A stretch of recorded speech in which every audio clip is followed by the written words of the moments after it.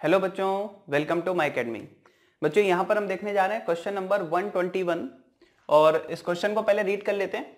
A resistance wire connected in the left gap of a metre bridge balances a 10 ohm resistance in the right gap at a point which divides the metre wire bridge wire in the ratio 3:2।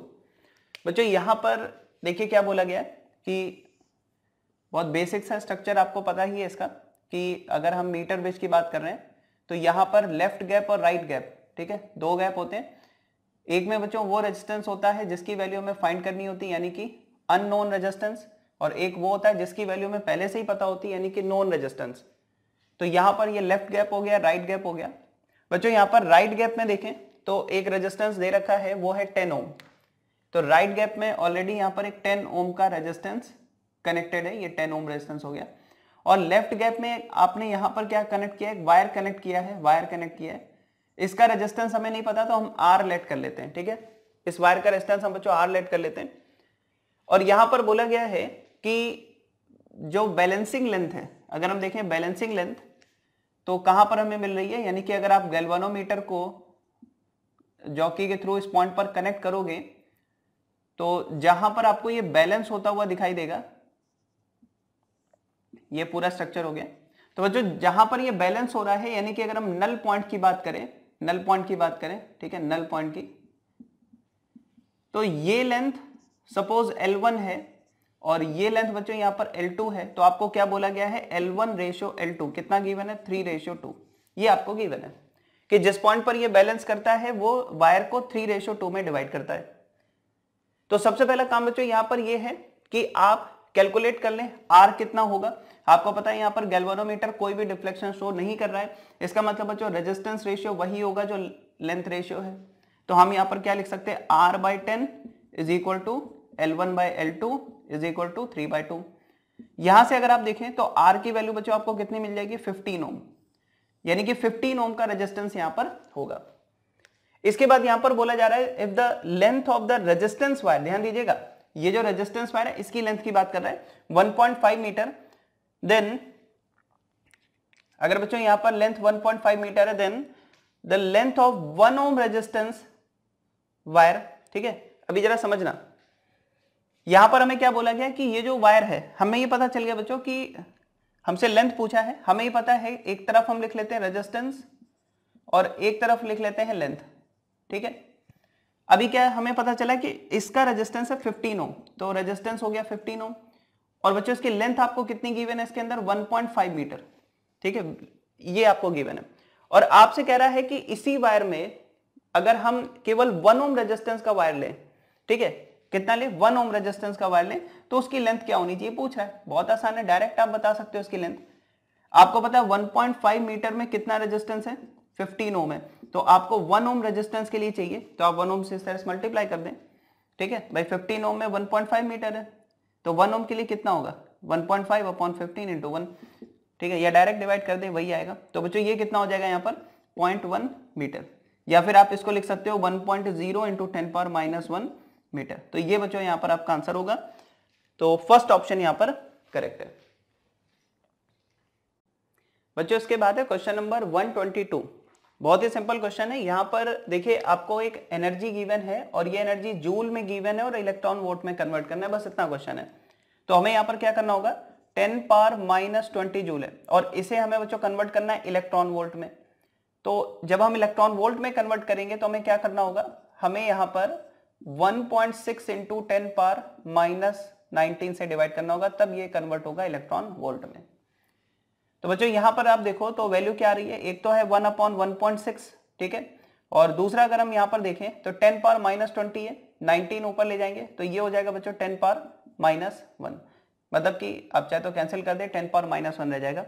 1/1.6 बच्चों कितना होता है, 0.625 होता है, और ये है 10⁻⁻1 तो ये बन जाएगा 0.0625 इलेक्ट्रॉन वोल्ट।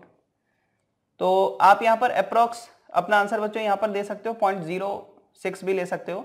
तो सेकंड ऑप्शन अगर हम देखें तो यहां पर करेक्ट होगा। नेक्स्ट अगर हम देखें बच्चों यहां पर बोला है यूरेनियम आइसोटोप है 92 यूरेनियम 235 और इस पर हम एक न्यूट्रॉन बम्बार्ड कराते हैं, तो मतलब रिएक्शन कुछ इस तरह से होगी। 92 यूरेनियम 235, इसमें एक न्यूट्रॉन की बॉम्बार्डमेंट कराई है। तो इसके बाद यहां पर देखिए क्या क्या बन रहा है। एक तो यहां पर एक प्रोडक्ट बच्चों ये आपको गिवन है, प्लस साथ ही साथ एक प्रोडक्ट ये गिवन है कि 3 न्यूट्रॉन्स साथ में मिल रहे हैं आपको। तो यहां पर हो गया 3 न्यूट्रॉन्स 0 और 1। अब आपसे पूछा इसके अलावा और हमें क्या मिलेगा, तो बच्चों डायरेक्ट आप देख सकते हो। अगर आप यहां पर देखिए 92 है, ये 36 है, ठीक है।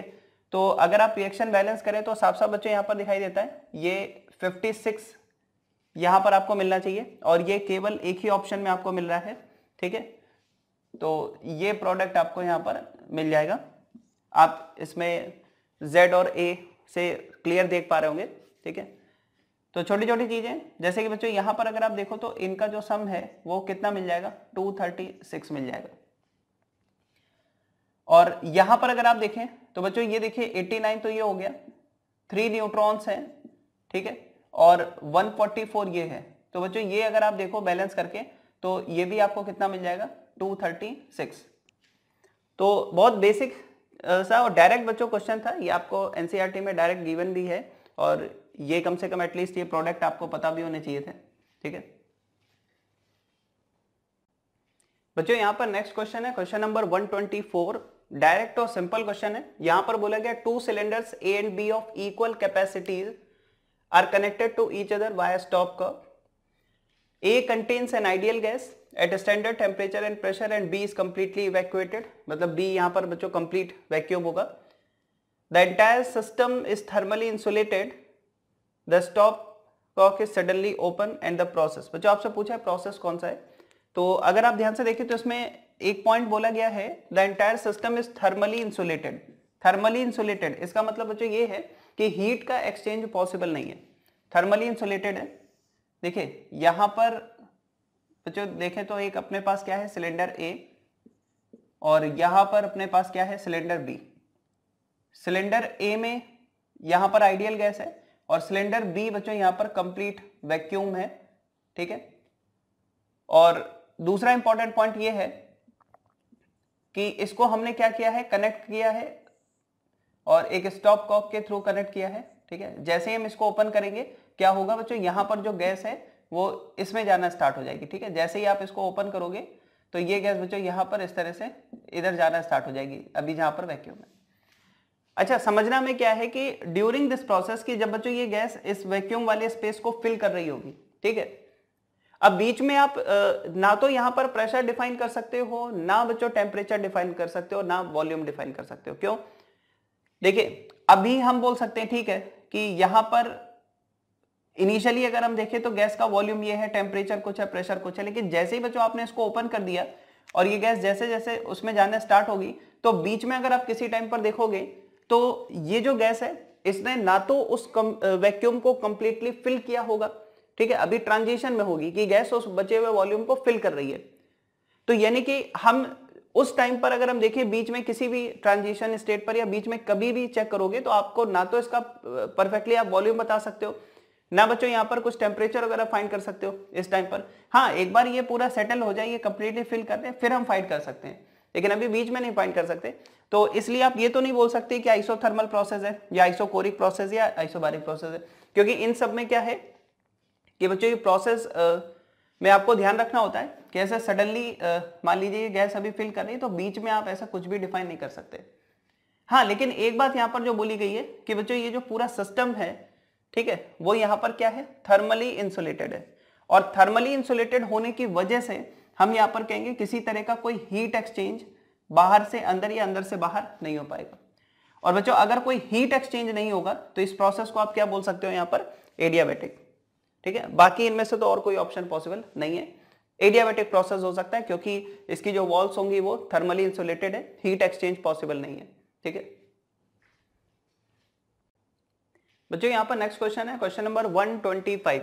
यहां पर अगर आप देखें क्या बोला जा रहा है, light with an average flux of 20 what पर सेंटीमीटर स्क्वायर। बच्चों यहां पर देखें क्या लिखा है, 20 वॉट पर centimetre square falls on a non reflecting surface है, मतलब बच्चों जितनी भी एनर्जी गिर जाएगी वो वहां से रिफ्लेक्ट नहीं होगी, ठीक है। Eight normal incidence, perpendicular incident हो रही है सरफेस पर, having the surface area 20 centimetre square. ये इंपॉर्टेंट है आपके लिए, आप इसमें सरफेस एरिया से मल्टीप्लाई कर दें 20 सेंटीमीटर स्क्वायर, अभी बताएंगे क्यों। उसके बाद लिखा है the energy received by the surface during the time span of 1 minute, 1 minute के टाइम में बच्चों कितनी एनर्जी रिसीव करेगा। तो एक काम करना होगा, सबसे पहले तो एरिया से मल्टीप्लाई कर दो, तो ये जो सेंटीमीटर स्क्वायर वाला पार्ट है कैंसिल हो जाएगा और यहां पर आपको मिल जाएगा 400 वॉट। अब इस 400 वॉट को आप 400 जूल पर सेकंड भी लिख सकते हो। और आपसे पूछा है 1 मिनट, 1 मिनट का मतलब बच्चों कितना हो गया 60 सेकंड। तो 60 सेकंड में कितनी एनर्जी, देखिए पर सेकंड 400 जूल है, 60 सेकंड से भी मल्टीप्लाई कर दी, सेकंड से सेकंड कैंसिल, पता चल जाएगा कितनी एनर्जी यहां पर इसको रिसीव होने वाली है। तो 4 इंटू 6 24 इंटू 10 पावर 3, ठीक है। और बच्चों यूनिट क्या होगी जूल, तो कौन सा आंसर करेक्ट हो जाएगा, सेकंड ऑप्शन।